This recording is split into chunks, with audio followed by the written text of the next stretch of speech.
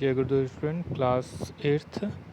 Today's our chapter is Geography, lesson 3rd, natural resource, and vegetation and wildlife, प्राकृतिक संसाधन, वनस्पति और जीव जंतु। तो इस पे हम डिस्कस करेंगे। Have you ever travel to different parts of our country? तुमने देश के दुनिया के बहुत से भागों में ट्रैवल किया होगा। If you ever travel from north towards to south, अगर तुम उत्तर से लेकर दक्षिण तक अगर हमारे देश में देश जाओ, country will notice the change in the landscape यानी जो धरती की जो सतह है उस पर बहुत सारे परिवर्तन देखने को मिलेंगे। Vegetation and even in the physical feature, vegetation physical features यानी वनस्पति पेड़ पौधों में, और फिजिकल फीचर्स यानी पहाड़ पर्वत मैदान, इस तरह के बहुत सारे चेंजेस देखने को मिलेंगे। Inhabited different parts of country, तो इस तरह देखा जाए देश के अलग अलग। Let us in the lesson discuss, और आज हम इस लेसन में डिस्कस करेंगे the change we observe in the natural vegetation and wild life in our country, कि हम अपने देश में हमारा जो वेजिटेशन वाइल्ड लाइफ है वो हमारे देश में चारों तरफ पूरे संसार में किस तरह है, वर्ल्ड में भी और हमारे देश में भी।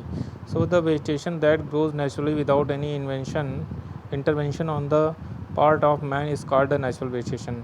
ऐसी वनस्पति जो कि प्राकृतिक रूप से ग्रो करती है, बढ़ती है और बिना किसी मानव सहायता के, न किसी प्रकार की हम कोई खाद पानी डालते हैं लेकिन फिर भी वो बढ़ती रहती है, तो इसे कहा जाता है नेचुरल वेजिटेशन, जिसमें मनुष्य का कोई हाथ नहीं रहता उसके डेवलपमेंट में। So the primary reason for the change observe in the natural vegetation across the world is the effect of the climate and the relief of the area on it. तो सबसे पहला जो प्रभाव है कि हम देखते हैं कि जो वेजिटेशन इतना चेंज परिवर्तित मिलता है, उसका कारण है पहला तो क्लाइमेट यानी हमारी जलवायु, और दूसरा है रिलीफ, जो कि हमारा रिलीफ का मतलब हम कह सकते हैं, रिलीफ फीचर्स का मतलब माउंटेन, लैंड, प्लान, ठीक है, मतलब कि मैदानी भाग जो हैं हमारे, और माउंटेन, प्लेट्यूज, प्लेन, ये सब।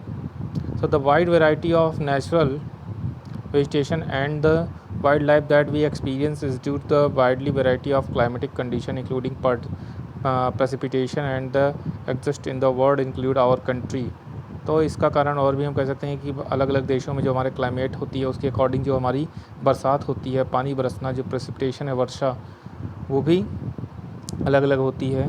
So the wide variety not only impart scenic beauty, और ये वाइड वैरायटी केवल ही हमारा सीनिक ब्यूटी के लिए महत्वपूर्ण है, बल्कि play very important role to sustaining the ecological balance of the earth, बल्कि हमारे इकोलॉजिकल बैलेंस भी धरती का बनाते हैं, यानी पर्यावरण संतुलन बनाना। इकोलॉजिकल बैलेंस यानी पर्यावरण में संतुलन बनाना। So let us know take closer to the different parts types of natural vegetation and wild life existing across the world and later across the country. अब हम यहाँ पे हम देखेंगे अलग अलग देश के भागों में किस प्रकार के रेन फॉरेस्ट वेजिटेशन पाए जाते हैं। तो सबसे पहले हम बात करेंगे equatorial rain forest.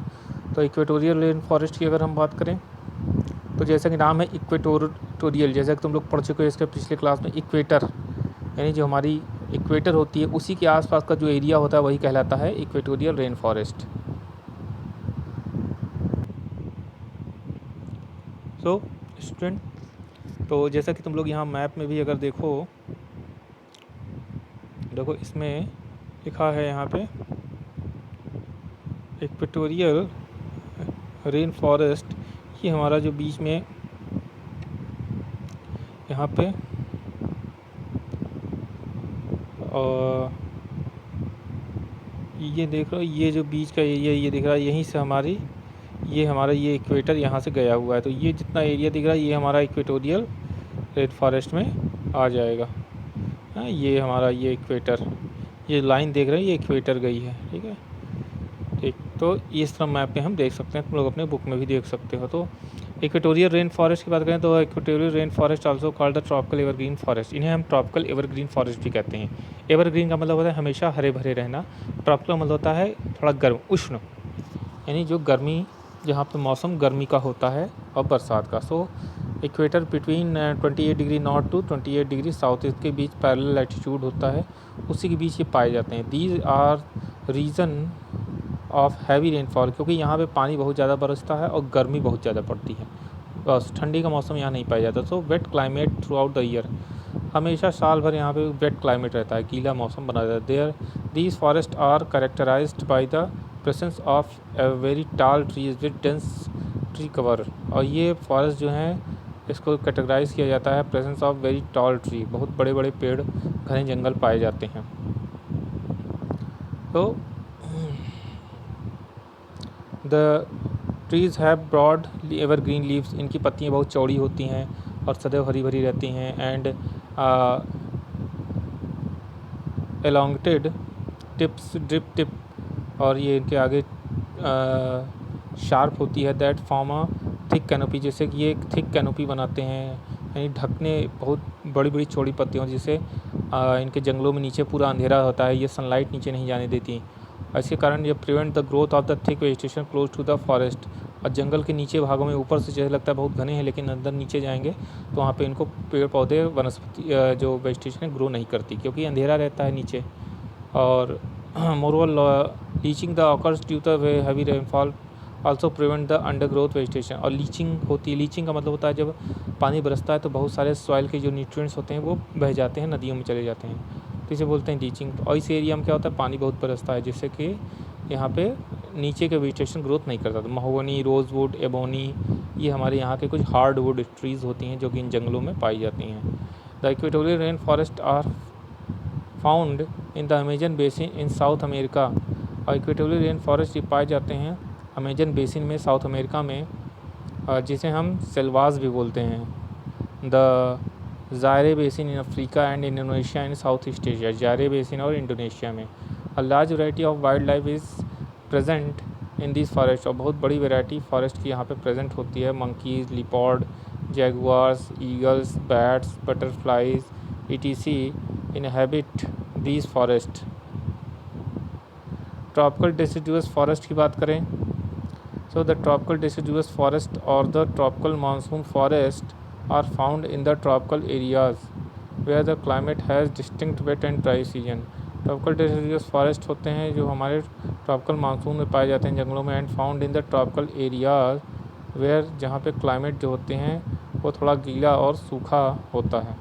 so these forests abound in the monsoon region, ये हमेशा मानसून रीजन में पाए जाते हैं, जैसे एशिया, सेंट्रल अमेरिका, ये सब जगह। और डिसिडुअस का यहाँ मतलब होता है कि पतझड़, यानी अपनी पत्तियाँ जो साल में 2 बार लगभग गिरा देते हैं। ट्रॉपिकल का मतलब होता है गर्म, उष्ण पर्णपाती वन, फॉरेस्ट का मतलब वन।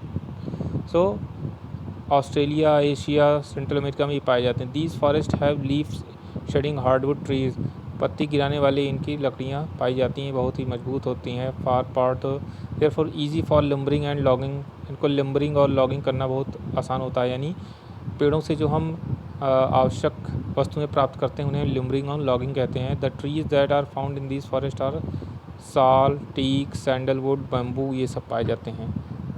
पेड़ पौधे यहाँ पाए जाते हैं, ये वनस्पतियाँ पाई जाती हैं। The important wildlife found in this region are elephant, और जो जंगली जीव पाए जाते हैं एलिफेंट, लॉयन, लिपॉर्ड, राइनोसिरोस, ये सब पाए जाते हैं। तो ये हमारे deciduous forest occupy a much smaller area, चूँकि हमारे यहाँ पे इनका क्षेत्रफल बहुत ही कम है, क्योंकि इनको आसानी से एक्सेस किया जा सकता है, यानी प्राप्त किया जा सकता है। तो इससे क्या होता है, पेड़ों की कटाई बहुत तेज़ी से होती है यहाँ पे। टेम्परेट डिसिडुअस की बात करें तो ये होते हैं, टेम्परेट का मतलब होता है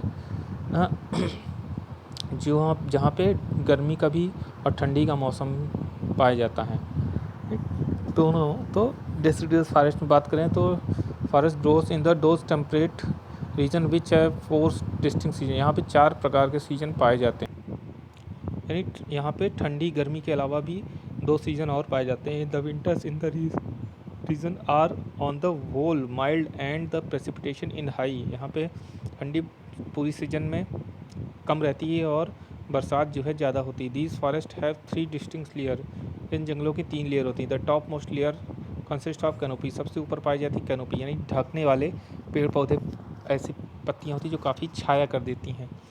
सो अब tall trees grow to the height of 50 meters, 50 meter तक इनकी हाइट होती है। The canopy is not the dense, canopy बहुत घनी नहीं होती है।